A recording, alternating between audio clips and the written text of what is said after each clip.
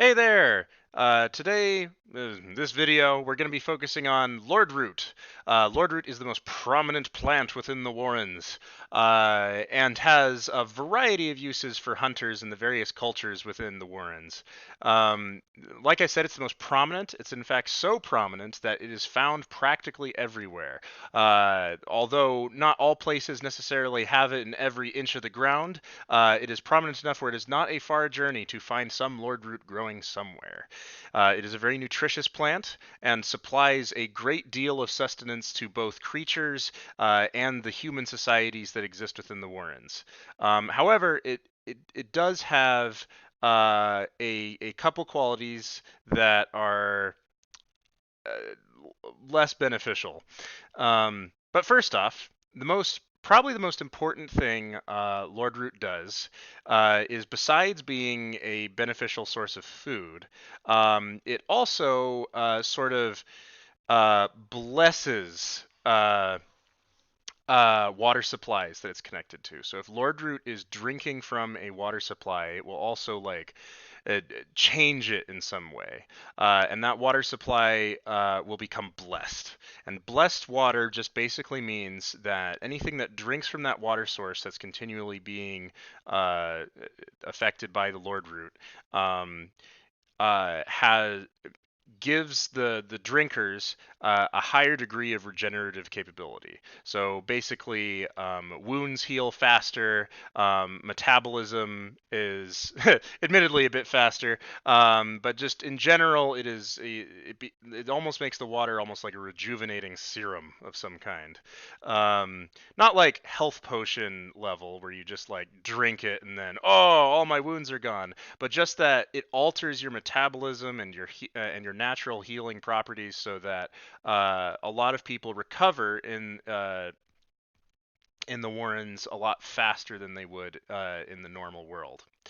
However, Lordroot comes at a price. Like I said, there's a negative aspect to it, and that is, if you drink the water, you're fine. But if you eat Lordroot directly, it is incredibly tasty and provides quite a boon to your system. If just exposure to water causes it to boost your system, Lordroot raw is like even more so. And as a result, unfortunately, your body starts to become addicted to it. So every time that you consume Lordroot, you have a chance to become addicted to it. Now, normally, this isn't an issue for creatures, as creatures are often in the wilds enough and consume enough Lordroot where it's not usually a big deal. But in human societies, it does cut back your thinking a bit. It distracts you and makes you think about consuming Lordroot more. And so a lot of societies try to do things that keep people away from consuming a bunch of Lordroot. So hunters, when they go out and they bring a bunch of food with them, they go out into the wilds, and they don't necessarily have to worry about starvation. If they run out of food, there is always food to eat. However, that food is somewhat addictive. And so if you run out of food, have to eat Lordroot, you have a chance of becoming addicted to it. And when you become addicted to it, you will either have to continuously upkeep that addiction or find a way to get over it, which is a somewhat painful process. Um, so that's kind of the basic mechanical level thing of what Lordroot does in the world. Um, but Lordroot is also very very strange. Has other aspects that make it screw with things. Um, the most important one being that so there's a thing in the world called the occult. It's kind of the uh, we're going to talk about it in a different video, but you can, for now, sort of think of the occult as like a type of energy, um, almost like magic, I guess. Not quite that, but a type of energy. And when Lordroot is exposed to the occult, it starts to mature in particular ways. It actually starts to develop flowers. And Lordroot flowers have very odd properties. One is that they are highly restorative without the addictive properties. So if you find some, grab some, although they rot rather quickly. Um, but if you can actually see on the art there, there's some like buds starting to grow out of the Lord root.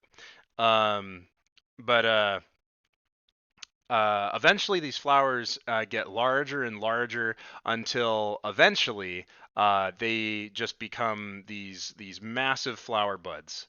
And the interesting part of that is uh, monsters are born from these flower buds. Uh, Sometimes wholly unique creatures unseen before in the Warrens.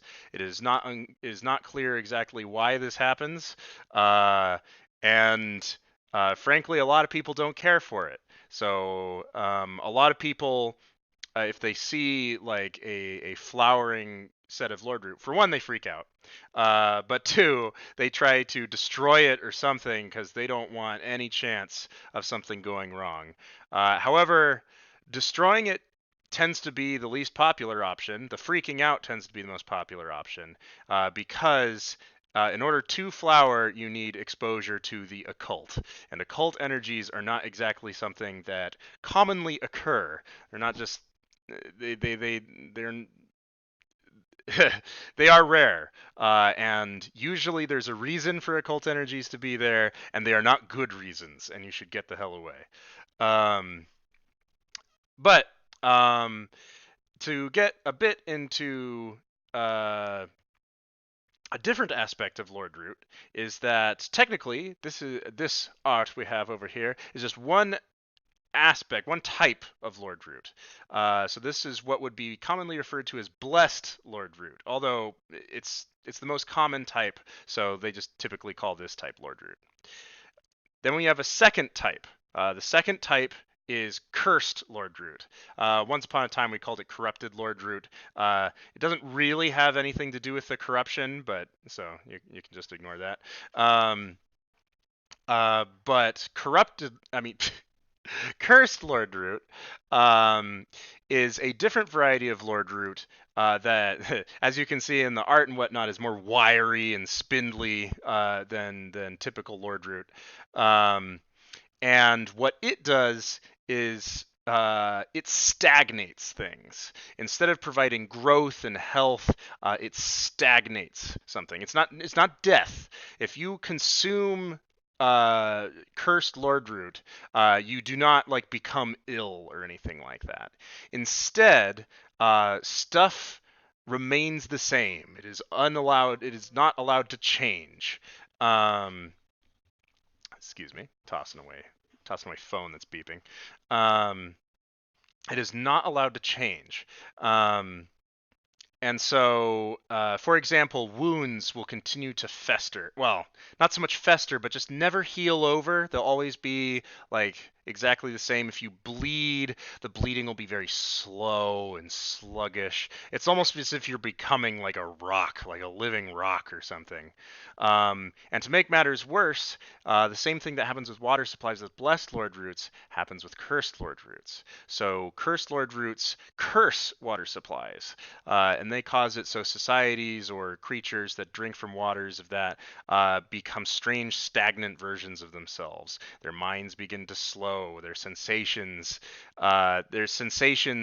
muddle, and they often become very easily startleable and scared of everything because they're just uh, uh, like their whole mind is like shutting down. And any actual input from some sort of outside source is almost like a foreign concept to them at this point, and that just freaks them out. Uh, some societies even like try to focus on stimulation as much as possible because what little stimulates them is slowly going down and down and down.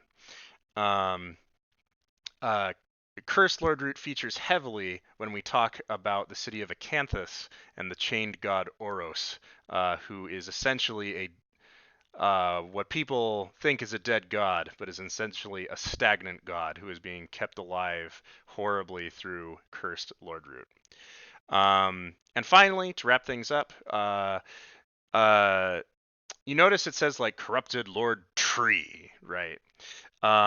Well, that kind of gets a bit into the legends about Lordroot. People don't actually know where it comes from. It literally pops up from underground. So if you even go into caves underground, you will see Lordroot growing up through the caves and whatnot. And it continues growing. No matter how far you go down, there is more Lordroot continuing to grow upwards. So a lot of people have this kind of idea that perhaps Lordroot comes from like an upside down tree in a sense, or many upside down trees that are growing on some sort of opposite end of the world, and their roots have reached so far down that they have pierced through to yours, um, to your side of the world. But nobody knows for sure. And I uh, I'm trying in this video series to not hide things as much as I do. However, I will say that the nature of Lordroot and its oh, certain aspects of it I do want to keep secret. But the last thing I will mention is that Cursed Lordroot also does flower from occult energies, but their flowers do not birth monsters. Instead, they consume them. So if you get close to a flowering cursed Lordroot, it will consume you and devour you whole. Some people think that maybe it's like some sort of teleportation system where it eats monsters and poops them out on the other end, although like through the other Lordroots. But how that works, nobody knows. Um, anyway, that's it for a quick overview of Lordroots and addiction.